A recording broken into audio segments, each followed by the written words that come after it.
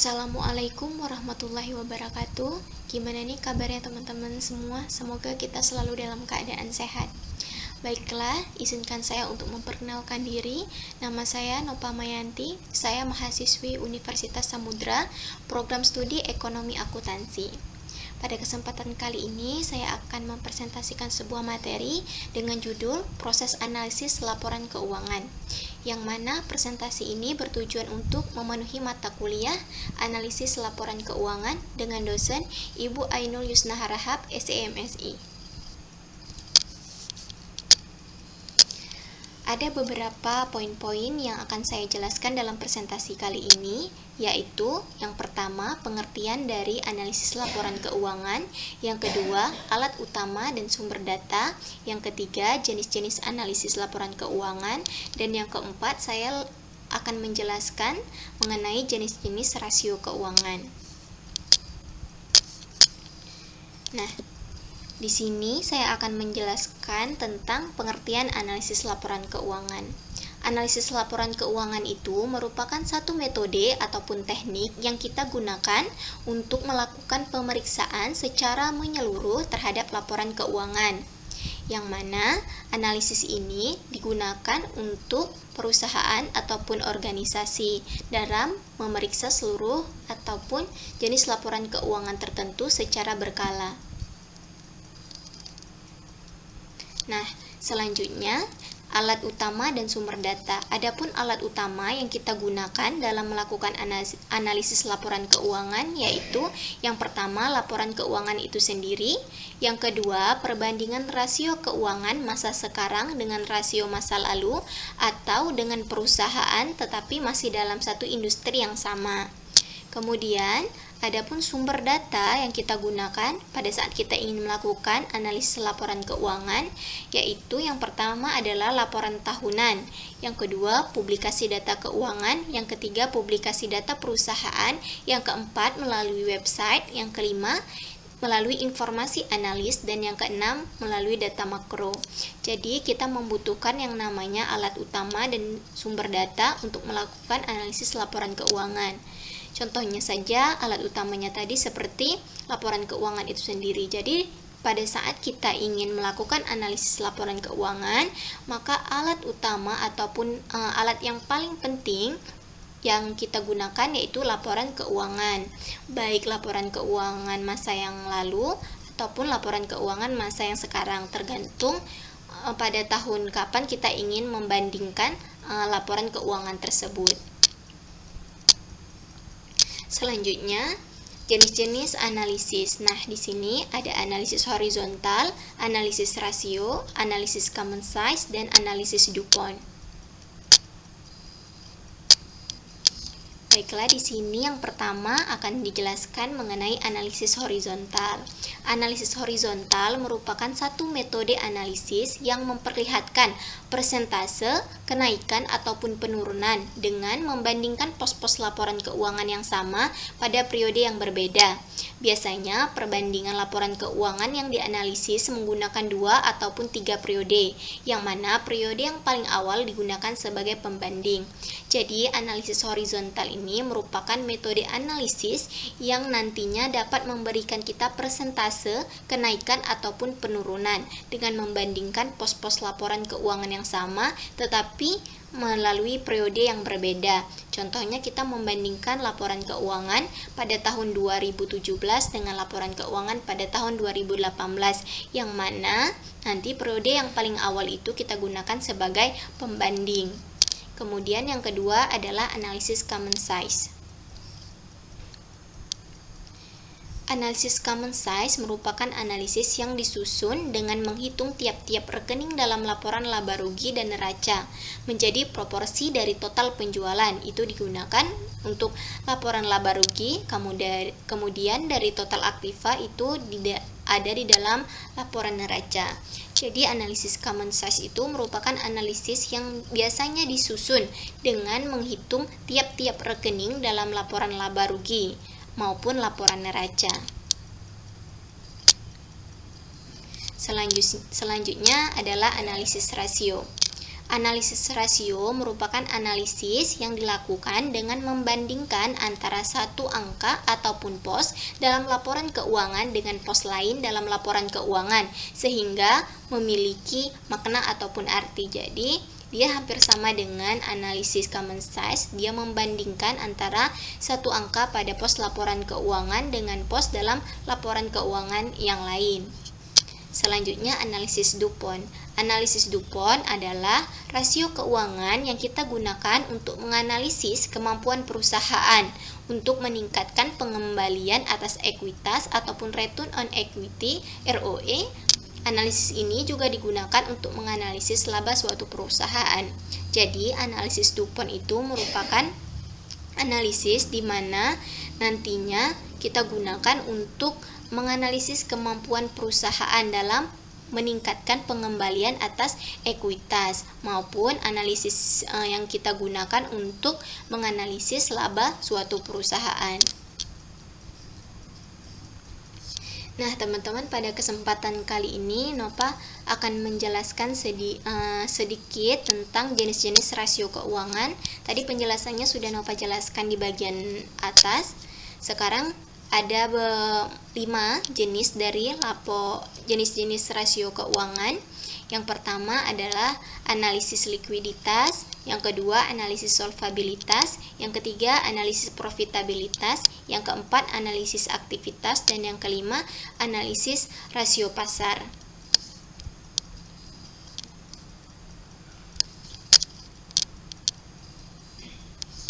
Nah, yang pertama yaitu analisis likuiditas. Analisis likuiditas ini merupakan kemampuan perusahaan untuk membayar utang-utang jangka pendeknya.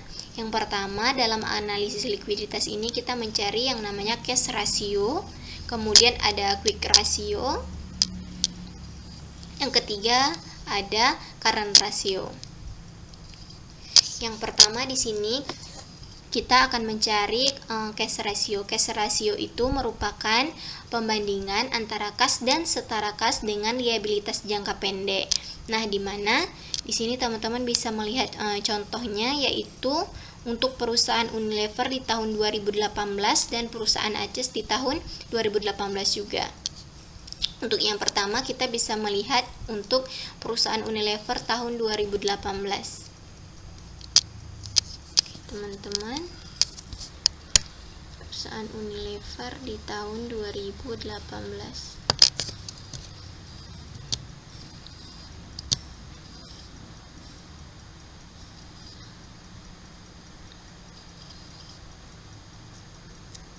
Jadi sebelum kita melakukan analisis terlebih dahulu, tadi Nova sudah menjelaskan bahwasanya kita memerlukan alat utama, yaitu laporan keuangan sendiri.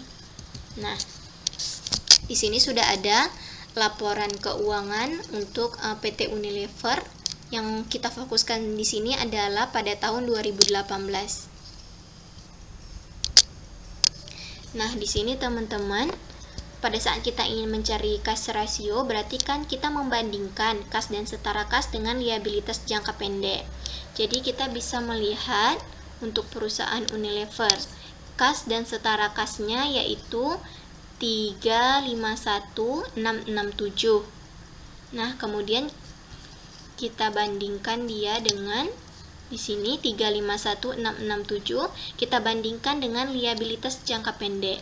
Jadi kita harus melihat berapa total liabilitas jangka pendek untuk perusahaan Unilever di tahun 2018. Liabilitas jangka pendek. Nah, ini jumlah liabilitas jangka pendek perusahaan Unilever tahun 2018 yaitu 11.134.786. Kemudian kita bandingkan 351667 dengan 11.134.786 sehingga mendapatkan hasil 0,03. Begitu juga dengan perusahaan Aces, kita terfokus pada tahun 2018.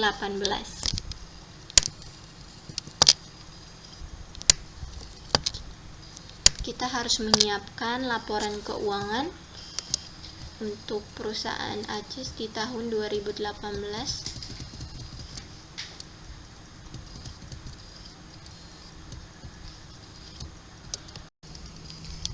Baiklah, di sini teman-teman tadi jumlah kas dan setara kas di tahun 2018 798, 522, 144, 576.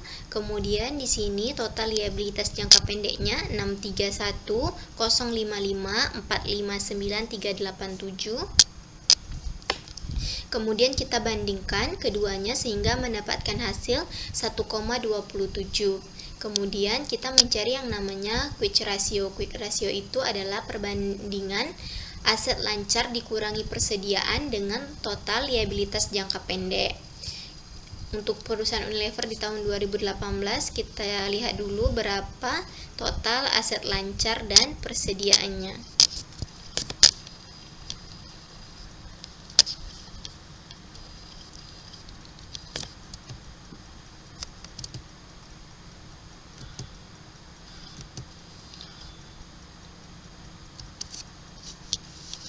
Nah, jadi total aset lancarnya yaitu 8325029, kemudian total persediaannya yaitu 2658073. Jadi kita kurangkan antara aset lancar dikurangi dengan persediaan, kemudian kita bagi dengan liabilitas jangka pendek sehingga mendapatkan hasil 0,51.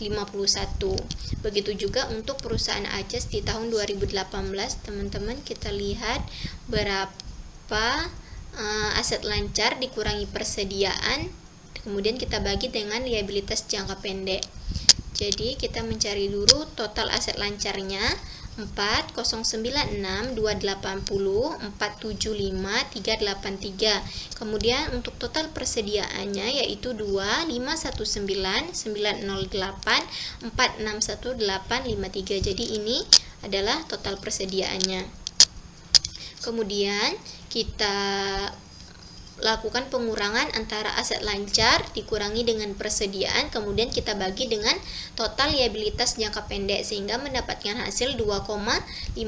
Itu untuk perusahaan ACES di tahun 2018. Nah, selanjutnya kita akan mencari yang namanya current ratio. Current ratio itu merupakan pembagian antara aset lancar dengan liabilitas jangka pendek. Tadi untuk perusahaan Unilever kita sudah tahu total aset lancarnya, kemudian kita juga sudah tahu total liabilitas jangka pendeknya, kemudian kita bagikan antara aset lancar dan liabilitas jangka pendek sehingga mendapatkan hasil 0,75. Begitu juga untuk perusahaan ACES di tahun 2018, teman-teman, kita bagikan sehingga mendapatkan hasil 6,49. Nah, selanjutnya rasio yang kedua yaitu solvabilitas. Solvabilitas ini merupakan kemampuan perusahaan untuk membayar seluruh hutang-hutangnya, baik itu hutang-hutang jangka pendek maupun hutang-hutang jangka panjang. Kemudian pada rasio solvabilitas kita mencari yang namanya debt to asset ratio, kemudian debt to equity ratio, dan time interest earned ratio. Yang pertama di sini debt to asset ratio yaitu merupakan pembagian antara total liabilitas dibagi dengan total aset. Di sini kita cari dulu berapa total liabilitas dan total aset untuk perusahaan Unilever dan perusahaan ACES di tahun 2018. Total liabilitas dan pertama yaitu untuk perusahaan Unilever dulu di tahun 2018. Jadi kalau total asetnya yaitu 19.522.970, sedangkan total liabilitasnya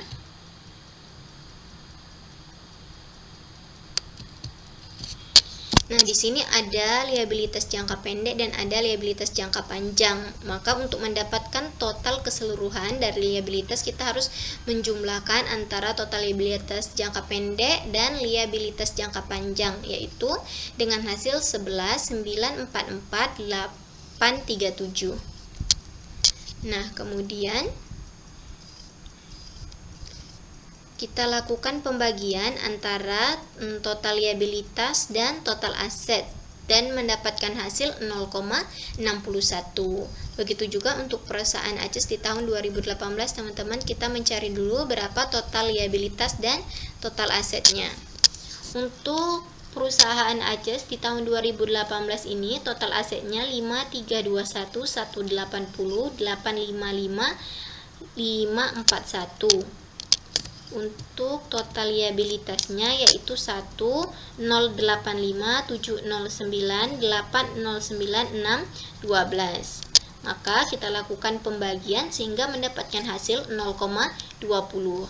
Yang kedua, kita mencari yang namanya debt to equity ratio, yaitu pembagian antara total liabilitas dan total ekuitas. Tadi kita sudah tahu berapa total liabilitas untuk perusahaan Unilever dan ACES di tahun 2018. Berarti selanjutnya kita harus mengetahui berapa total ekuitas. Yang pertama, kita lihat dulu total ekuitas untuk perusahaan Unilever di tahun 2018. Berapa? Nah, total ekuitasnya 7578133. Ini untuk perusahaan Unilever. Kemudian untuk perusahaan ACES-nya kita lihat berapa total ekuitasnya. Total ekuitasnya 4235 471 045 929. Jadi kita melakukan pembagian. Untuk perusahaan Unilever mendapatkan hasil 1,57. Ini di tahun 2018. Begitu juga untuk tahun 2018 perusahaan ACES mendapatkan hasil 0,26. Selanjutnya kita mencari yang namanya time interest earned ratio, yaitu pembagian antara laba sebelum bunga dan pajak dibagi dengan beban bunga ataupun biaya bunga. Yang harus kita cari laba sebelum bunga dan pajak untuk perusahaan Unilever, kemudian beban bunga juga untuk perusahaan Unilever di tahun 2018. Laba sebelum bunga dan pajak.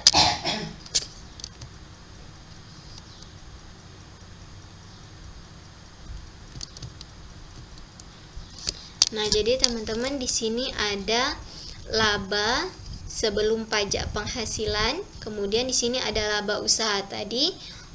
Laba yang diambil yaitu laba sebelum bunga dan pajak.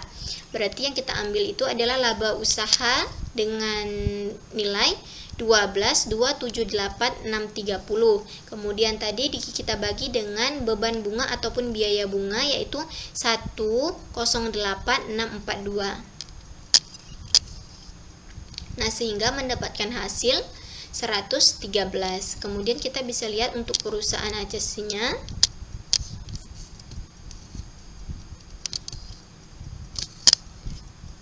Berapa laba? Nah, di sini teman-teman laba usahanya yaitu 1229001071123. Kemudian di sini ada beban keuangan ya tadi, beban bunganya 17,599,605,780. Sehingga pada saat kita melakukan pembagian antara laba sebelum bunga dan pajak, kita bagi dengan beban bunga mendapatkan hasil 69,83. Nah, selanjutnya rasio yang ketiga yaitu aktivitas. Rasio ini memungkinkan sejauh mana efektivitas perusahaan dalam menggunakan sumber-sumber dayanya. Yang pertama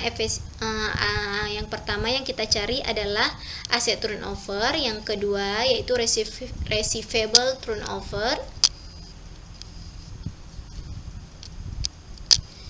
dan day sell in receivable.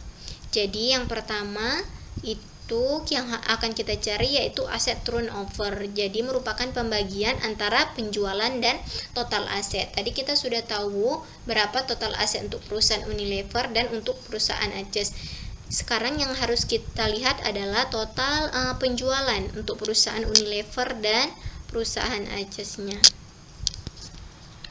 Nah, di sini total penjualannya untuk perusahaan Unilever 41802,073. Kemudian untuk total penjualan untuk perusahaan ACES di tahun 2018 ini 723954268268263. Ini dia total penjualannya. Sehingga pada saat kita melakukan pembagian perusahaan Unilever di tahun 2018 mendapatkan 2,14 dan untuk perusahaan ACES di tahun mendapatkan nilai itu 1,36. Selanjutnya kita mencari receivable turnover. Receivable turnover ini merupakan pembagian antara total penjualan dibagi dengan piutang usaha. Tadi kita sudah tahu total penjualan untuk perusahaan Unilever di tahun 2018 itu 41802,073. Kemudian kita harus mencari berapa piutang usaha untuk perusahaan Unilever di tahun 2018. Nah, jadi di sini piutang usahanya itu terdiri dari pihak ketiga sebesar 4485405, kemudian pihak berelasi sebesar 498066, kemudian uang muka dan piutang lain-lain pihak ketiganya 92172 dan pihak berelasinya 27763. Sehingga kita totalkan dari keempat ini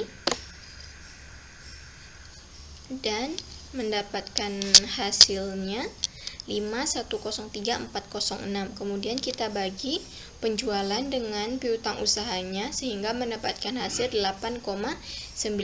Selanjutnya kita mencari day sale in receivable. Jadi day sale in receivable itu berarti kita mencari berapa nilai untuk perharinya. Maka di sini 365 hari yaitu total hari dalam satu tahun kita bagi dengan jumlah receivable turnover tadi yang sudah kita dapat. Jadi 365 hari dibagi dengan 8,19 mendapatkan hasil 44,6 untuk perusahaan Unilever di tahun 2018.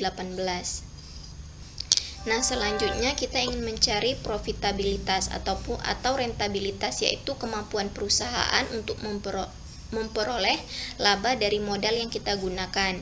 Yang pertama, mencari yang namanya gross profit margin atau GPM, merupakan pembagian antara laba kotor dengan penjualan.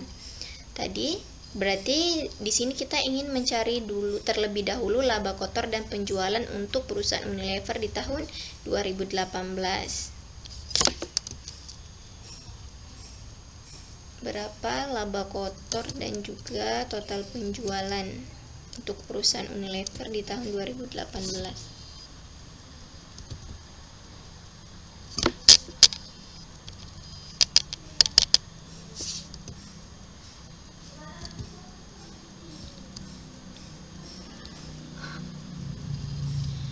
Jadi di sini teman-teman kita harus mencari dulu berapa. Nah,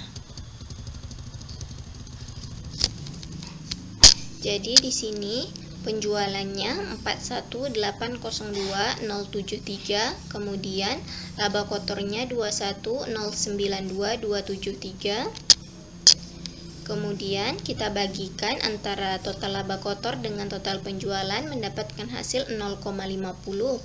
Selanjutnya kita mencari yang namanya net profit margin atau NPM, yaitu pembagian antara laba bersih dengan penjualan. Tadi total penjualannya kita sudah mengetahui. Kemudian yang selanjutnya kita cari adalah laba bersihnya.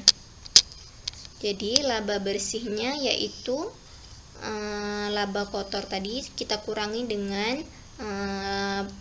beban-beban pajak penghasilan maupun beban bunga sehingga mendapatkan laba 9109445. Di sini kemudian kita bagikan antara laba bersih dengan penjualan mendapatkan hasil 0,22. Selanjutnya mencari return on asset atau ROA, yaitu pembagian antara laba bersih dengan total aset. Tadi kita sudah mengetahui berapa laba bersihnya dan di sebelumnya kita sudah mengetahui berapa total aset untuk perusahaan Unilever di tahun 2018. Maka kita lakukan pembagian sehingga mendapatkan hasil 0,46. Selanjutnya kita mencari yang namanya return on equity, yaitu pembagian antara laba bersih dengan total ekuitas. Laba bersihnya sudah kita ketahui dan total ekuitasnya di penjelasan sebelumnya kita sudah mengetahui berapa total ekuitasnya, sehingga pada saat kita melakukan pembagian antara laba bersih dengan total ekuitas mendapatkan hasil 1,20. Itu untuk perusahaan Unilever di tahun 2018.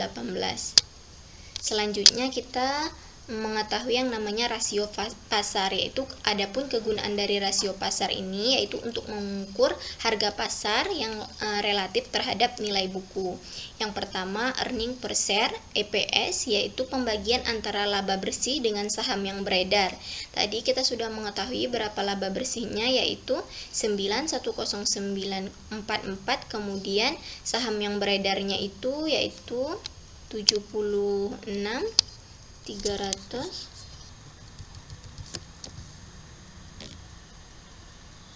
Saham yang beredar untuk, nah di sini teman-teman saham yang beredarnya.